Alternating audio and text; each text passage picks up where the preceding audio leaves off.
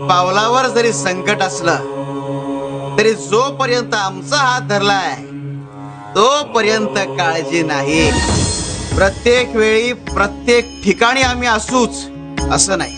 म्हणून जिथे आमचा भक्त असतो तिथे आम्ही आधाराचा हात तयार करतो. नियती रोज तुम्हाला नवीन दिवस दाखवत असते, अगदी कोऱ्या करकरीत कागदाप्रमाणे.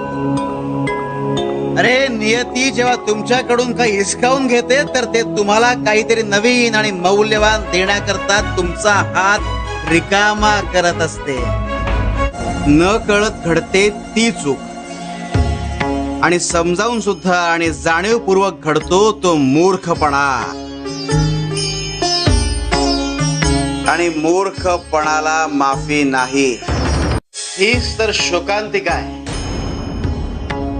माणसाला टोच मारण्यातली गंमत कळाली आहे, पण फुंकर मारण्यातलं सुख नाही कळालं.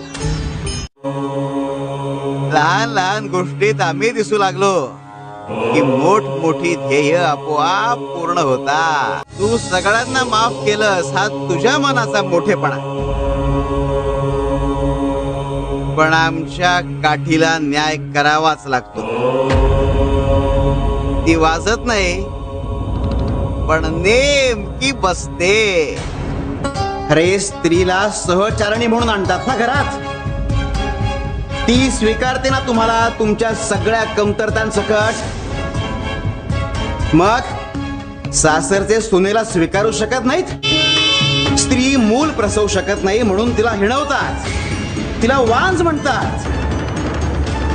पण तिला स्वीकारून तुम्ही तुमच्या मनाचा मोठेपणा प्रसवू शकत नाहीत. मग तुम्हाला काय म्हणायचं? वांज? खुशनसीब हो,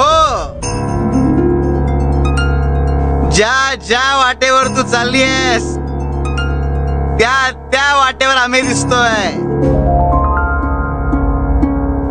अगं इथे लोक जग पालथ घालतात तरी आम्ही सापडत नाही.